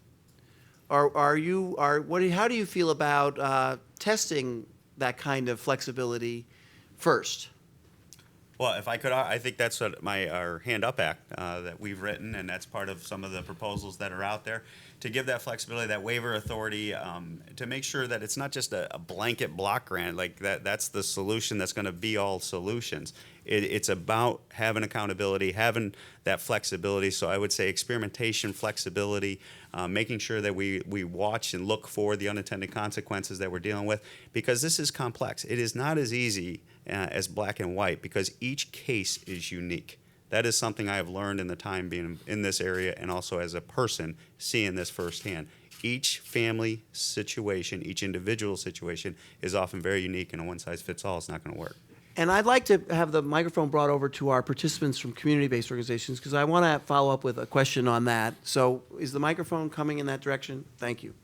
You all talked about federal programs that were a little amorphous to you. You weren't sure how they were working or where the money was going or why they weren't coordinated or working successfully together.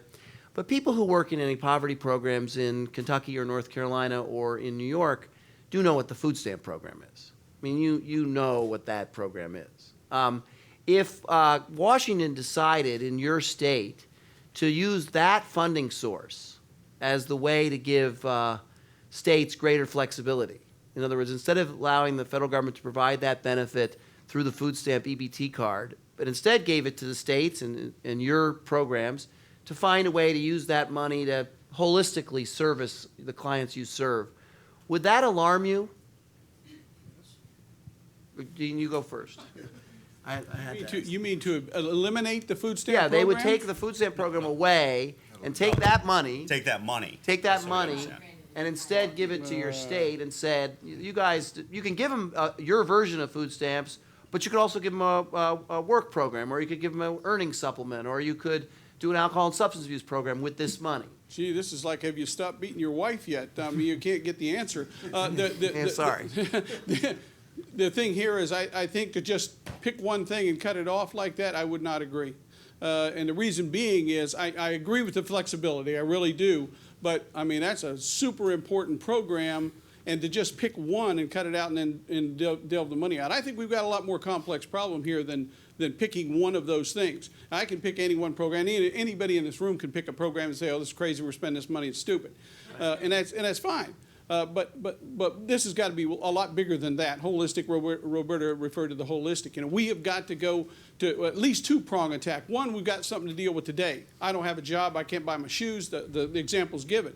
But the other part is we got to look in the future. We got to fix our education. We got to make sure these kids are getting educated, no matter what it takes to get them educated, so that when they're 20, they're not there. So that's what I think about. Odell or Roberta, do you want to comment on that? I really am scared of block grants. And New York is one of the largest bureaucracies in the country, probably.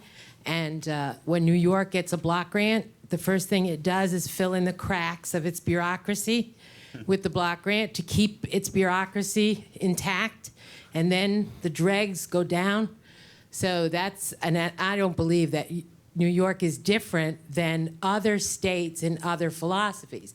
New York will keep its bureaucracy first, but other states may not philosophically believe in feeding children, or may not philosophically believe in supporting education.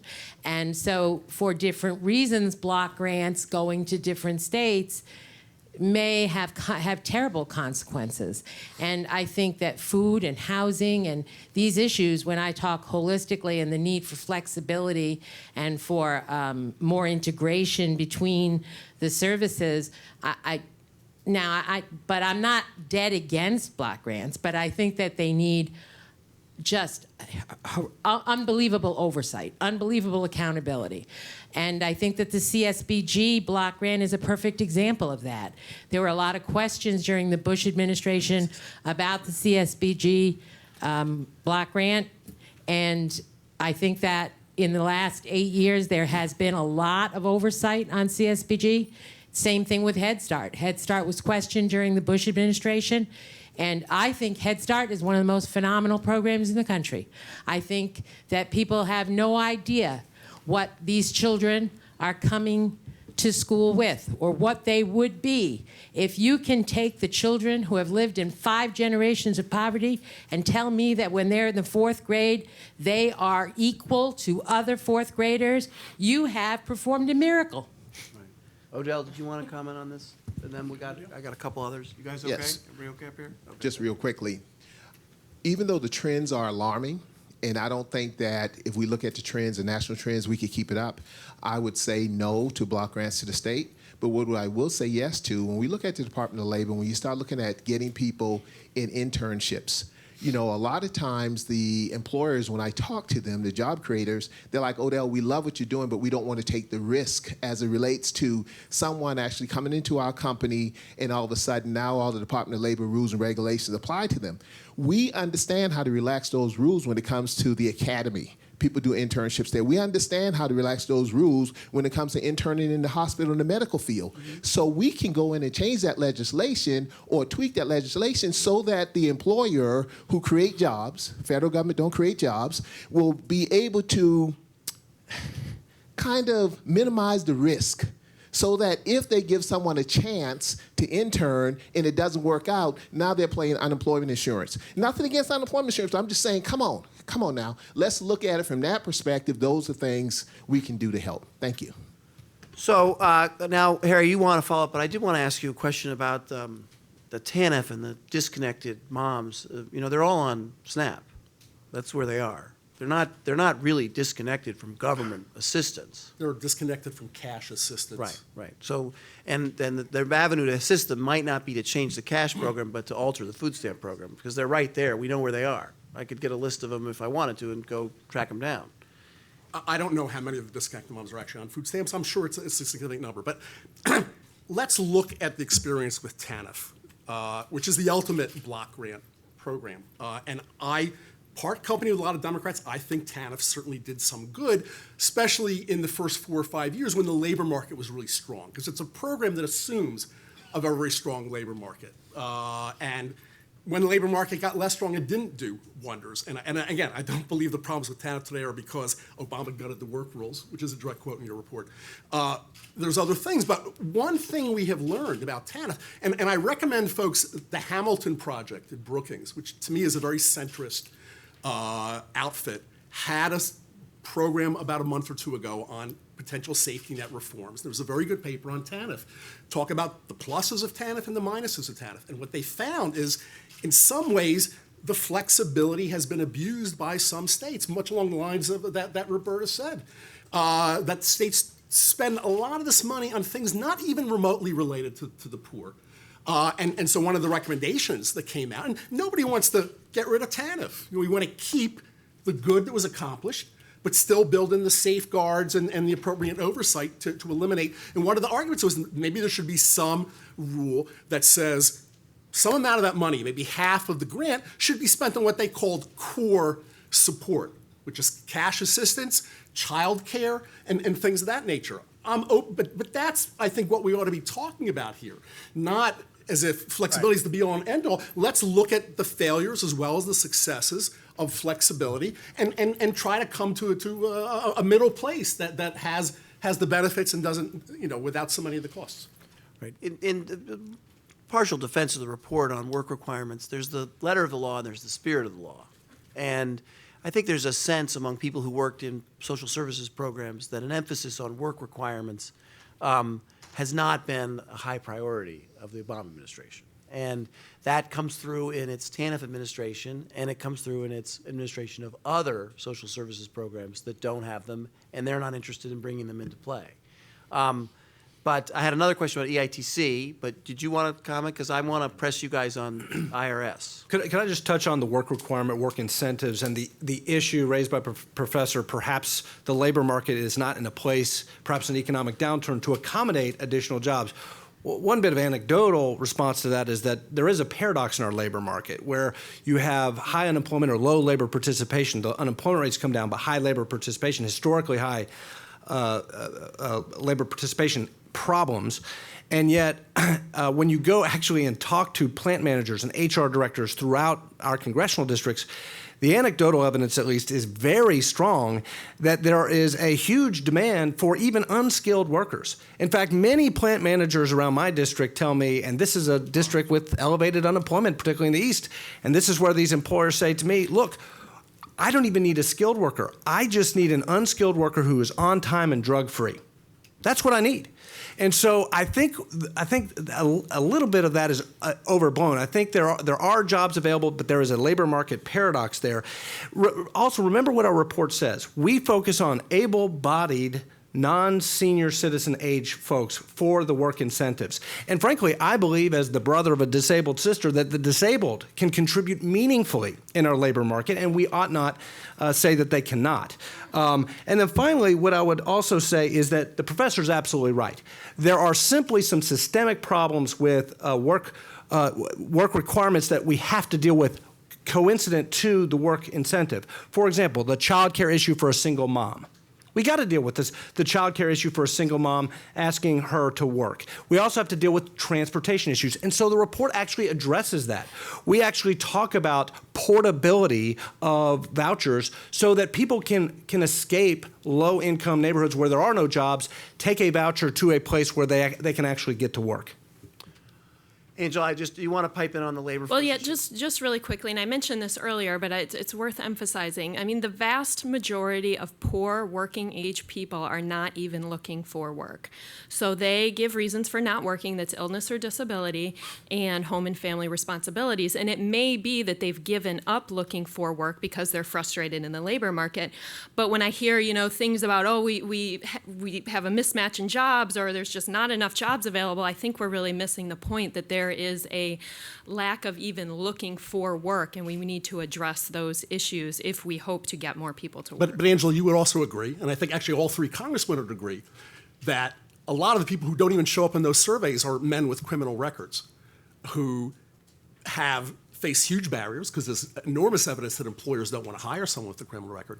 And if they're in arrears on their child support, they sometimes have incentives not, and we've talked about that. Yeah. But sometimes, so there's different problems. Or if the mom, again, has a substance problem, which many people do, TANF doesn't get rid of that, or post-traumatic stress disorder or depression, and there's evidence that large part, that could be. But the point not is looking that for work doesn't. it's not an absence of opportunities. It's an absence of people moving to take advantage of those opportunities. There's an absence of. There are low-wage jobs available.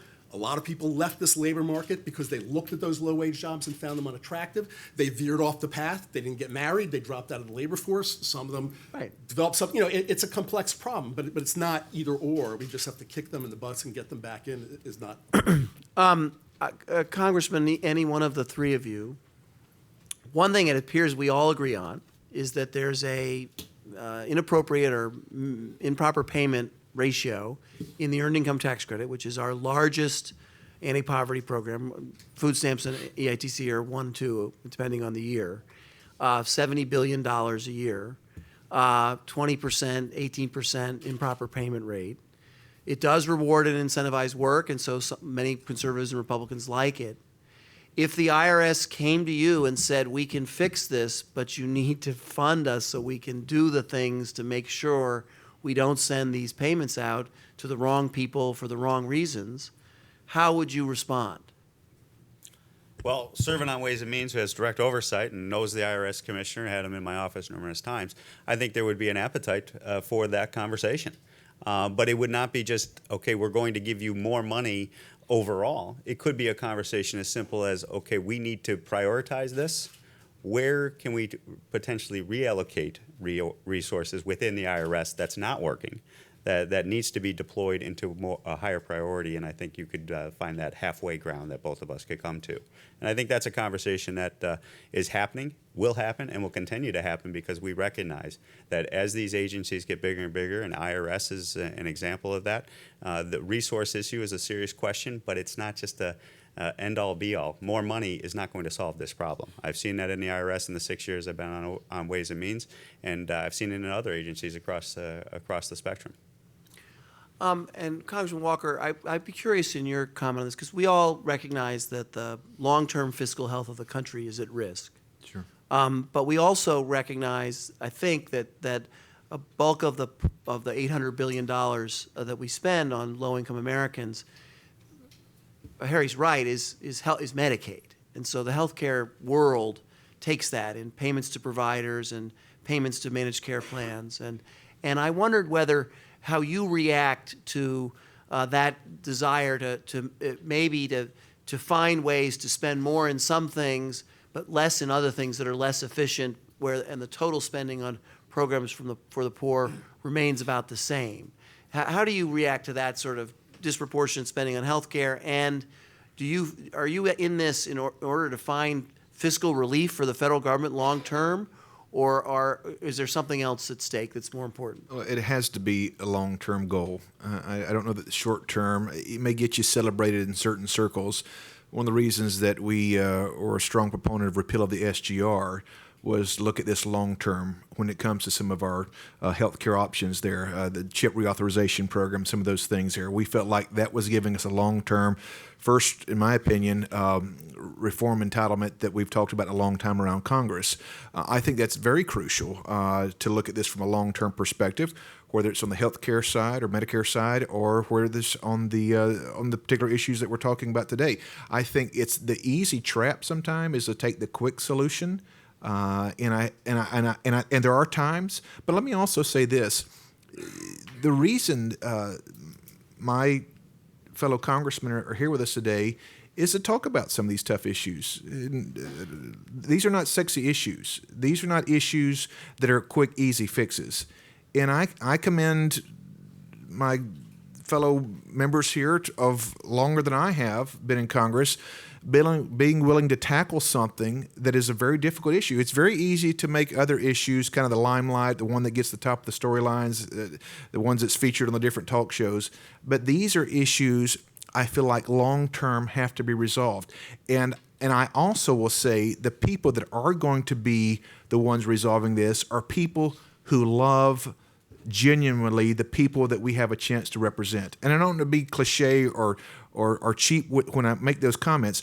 If there's not a genuine heart and tone and spirit, then we don't accomplish anything long term. And not to use this term too much, not to be blunt, back to what we said earlier today, to challenge that the tone and spirit among the panel is inappropriate or is not one that's I don't believe in. We can let certainly the reporters or the audience decide at some point that this has been an overly partisan shot from the panel here. I believe it's been one that's gone right down the middle.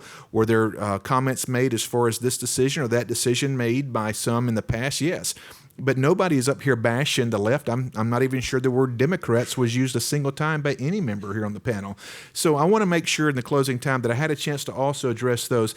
We're coming at this from the right heart, the right tone and spirit. We're looking for solutions. We work in these environments. We're back in the places there, seeing the poverty, seeing whether it's urban areas or whether it's rural poverty. That's something that's important to all of us. Well, it's worth noting that the data shows that all three of your districts have portions of them that are really struggling. I mean, and not getting better. So that would motivate a member of Congress to want to address the issues that their constituents are facing. All right, so I'm now going to open it up for questions from the audience. We've got about 15 minutes, and we like a good. Now, here's the rules about questions. We like questions. We don't like statements. Brief comment, preface, and then a question, and then one of us, or any of the panelists can address it. So let's get some hands up. Where do we got a question? Okay, right here, right there, in the white. Hi, thank you all for being here today and having this discussion. It's really empowering. I am from South Carolina, and it's very good to see this conversation going on from both sides of the aisle. So briefly, I wanted to give an example and then pose the question to you. Early on in my career, I worked in transitional housing and was out to save the world. And through that experience, I worked with a lot of individuals who we worked with them to do job training, to get them the skills that they needed. And one example of that was a woman who had come into the transitional housing, was doing very well, went through job training. We found an apartment for her. She got to the point where she was offered a raise and promotion. But if she took that raise and if she got that promotion, she would lose every benefit that she had. So instead of moving forward, which would have actually been a loss to her, she got fired, she lost her job, and went back to square one. So I'd be curious to see, and would almost venture to say that a large majority of the folks who you see who don't move forward may find themselves in that same situation. So I'm curious as to how the policies that you're looking at might address the gap between those folks who, the reality is, especially in South Carolina, that minimum wage jobs may be the reality for some, right? So where they can get, how do we build supports for them? How do we bridge that gap between dependence and independence so that we're not incentivizing people to go back to square one? And last question is, how do you help states use earned income tax credit to do so? Okay, so this is a major issue in the public policy discussion of the proper calibrating of benefits so that you're always better off by taking the higher paying job or the additional hours. And so I want the members to go first on that issue, and then I'll ask Angela and Harry to pipe in as well, and I might make a comment myself. So, well, I won't speak for my other two members, but our thought process on this, our commitment, is this has to be a shared type of solution. By that I mean a shared solution between the taxpayer and the individual. So that when you have these cliff effects that are going out there, and we did a lot of work on the Disability Trust Fund in our office over the last couple of years, and we worked with the disability community. And essentially, your message that you articulate is exactly what often the individuals hear.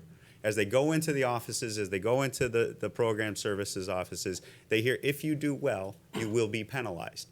And what we have to do is we got two tools. We essentially have two tools in government, in my mind. You have the market pressure, you have government mandate. And what I'm looking at is by having a shared 3-to-1 glide path, for every $3 earned, $1 you keep, $1 goes back to the taxpayer, or whatever the ratio could be, and we can have an argument and discussion about that for hours. But I think sharing that incentive makes sense to me. Not a cliff effect, the cliff where if you go over the cliff, you lose dollar for dollar. That makes sense on a top level perspective, but when you actually live it, see it, and dive down, sharing the results of that positive step forward, I think sends the right message to the people that are on the benefit. You're working, you should be able to keep some of that you've earned. But the taxpayer also should share in that savings as it goes forward. And you could come up with a solution, I think, in a relatively easy time if you take that approach. Yeah, in about 15 or 20 seconds, I can say it really quickly. No transitional program should create a cliff environment for the recipient. In other words, any program that we're instituting, there should be no penalty for that person to begin for that upward mobility process. If there is, it's a huge deterrent, and probably when we look back, we'll realize it doesn't have much success. And can I add one more thing to Yes. before? Yeah. Because the other thing that happens too is because the left and the right hand don't know what's going on in government. Nobody knows where the cliffs are. And so the individuals become so scared because they were told by one office, and to the individual, they don't know the difference between housing, SNAP, and all. They just know they're in there for help, and they're trying to get assistance. And so if you have different cliffs at different levels in different programs, it's so complex to the individual that's living and breathing this, is my feedback that I've heard. So making sure that we put across the board where those cliffs are and making sure we have shared rewards. And I would just add that the cliff effect is observed not just by people like you in service providers and transitional housing providers, but also it is observed in the labor market. So back to my anecdotal example, where the HR manager or the plant manager is interviewing someone, and they interview the job as a condition for continuing to receive their public assistance, but then they decline the job offer because it wouldn't put them in a better position than where they are. Their comment to me, this is verbatim from multiple employers in my district, we are paying people to not work. So as to Tom's point, smoothing out and ending those cliffs is critical to getting people back into the labor market. So if I could just add to this. So two things. Number one, there are stories about cliffs. There are realities of cliffs. The evidence, look at the Congressional Budget Office report from November 2015. The average marginal tax rates that a lot of low income are not as high uniformly. Yeah, you can get to a place where all of them, there are some, but let's not exaggerate. And number two, Angela was exactly right about this. We know how to solve this problem. It takes more money. To not have a cliff, but to have a gradual, which I agree. A glide path. It's going to take more money to provide transitional benefits as people, and we know how to do that in the EITC. The second earner, you don't count all of their, but it costs more money. So the notion that you can do this by cutting the butt is what I think is real foul. But if you really spend the money, I'm open. If I could, it's very important to note that our report is not about cutting budgets. Our report does nothing about cutting budgets. Our report is about lifting lives. And so what we're saying here is smooth it out. Yes, it might take a little bit on the front end of additional outlays, but the return on investment is going to be significant because you're going to get people into stable long-term employment. But also, where the cliff potentially is today doesn't mean you have to keep that threshold at that level. If you move it back, you start sharing with the individuals at a lower amount, you may not have to have as much additional money if you start from the starting point of where you are today. And that also sends a policy message that we're in it with you. So this comes a little bit from my experience as both an administrator and as someone here at AEI surrounded by wonderful economists like Harry. And it's where you balance the literally hundreds of times you hear people out there in the country tell you that this exists, that they've talked to people who made a choice with regard to their future based on the potential loss of benefits and the economic evidence. And I have to just say it's a close call. I'm not persuaded by studies alone that this isn't what's really happening because I hear about it everywhere I go, and I saw it at HRA in New York City. And it's not necessarily that they're worse off, it's that they're not better enough off after the wages. They might be better, but it's only marginal. And so I think the smoothing off is important. But I would only add that accompanied with a requirement that's there as well. Because if you just smooth off and then it's, well, we'll let the economics take care of it, and you don't have the hassle saying, no, we smoothed it off and we made it possible to make this work for you, and you still decline this opportunity at an entry level but a job, then I think you have something that will violate, that isn't right, and also violates the values of the American people. They want people to be helped, but they also want them to be expected to make an effort to help themselves. So let's see, what else do we have? I'd like to see, yes, sir, right here. And this was going to be the last question, guys, last question. And for C-SPAN, we got 5 minutes. No pressure. This is kind of going on Congressman Walker and also Pastor Cleveland. My dad was a pastor back in the 80s. We had 1,000 points of light and things like that. But even back then, the Unification Church was talking about beware of the government hands coming into your church. What kind of things can we do, especially in this climate with socially conservative issues being litigated in the courts? How can we incentivize the faith community to and also empower them to do these things? That's a great question. Yeah. And happy to take that, and thank you. You and I are similar. My dad's a Baptist pastor preacher to this day, 5th decade. So there are, to me, and I believe there's evidence to support this. You look at faith-based group; they're the first in the line. They're the one holding the hands in the inner cities. They're the ones getting it done. So as much as we can to keep government out of the way, not to be too cliche there, we need to do so. Now, when we can partner with them, we don't want to penalize them. I think immediately when you said that back to the hurricane or the tornado that hit Moore, Oklahoma, and I remember doing the newscast. They did a joint newscast on CBS and NBC. Brian Williams and the guy said, well, he said, if you're waiting on the federal government, you might be waiting a while, but the Baptist men are already here. It kind of gives you an idea of how quickly nonprofits and faith-based groups can get together without all the red tape. We need to continue to do that. At the same time, and recently there was a big discussion as far as one of the amendments, we don't want to put, just because a faith-based organization are connected in some of the government, we don't want to put too many stipulations on them that restricts their ability to go in and continue the great work they've done in the past. Thank you. So I'm going to now, does anyone have anything they wanted to say they didn't get to say? Sorry. Imagine that.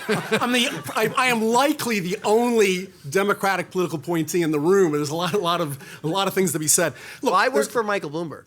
Oh, okay. So He's not a he Democrat. was sort of in between. Okay, So I all just right. want to Fair get that enough. out. Fair I don't enough. want anybody to think I misrepresented myself here Fair at enough. AEI. Look, what's the right way to think about this? And Congressman Walker said, it's not by how many people get on, it's by people getting off. That's the measure of success. I want to disagree with that. I don't think it's by how many people get on. It's also not by how many people get off. There are a lot of working people who, in very low-wage jobs, who need these supports. Not only need EITC, but use food stamps to get them to supplement their incomes and get their families above poverty. That is not a failure.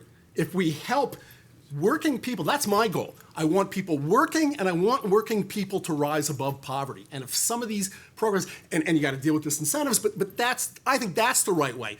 More people on food stamps is not a proof of failure.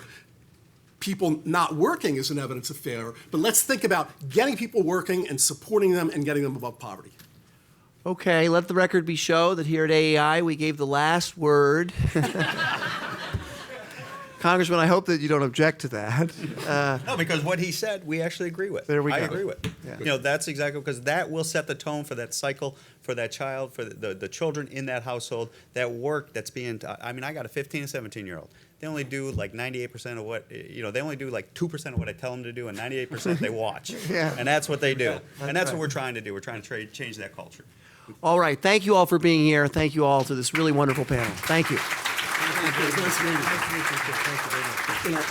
In this discussion, there's a lot more common ground than. There really is. I agree. Let's forget that.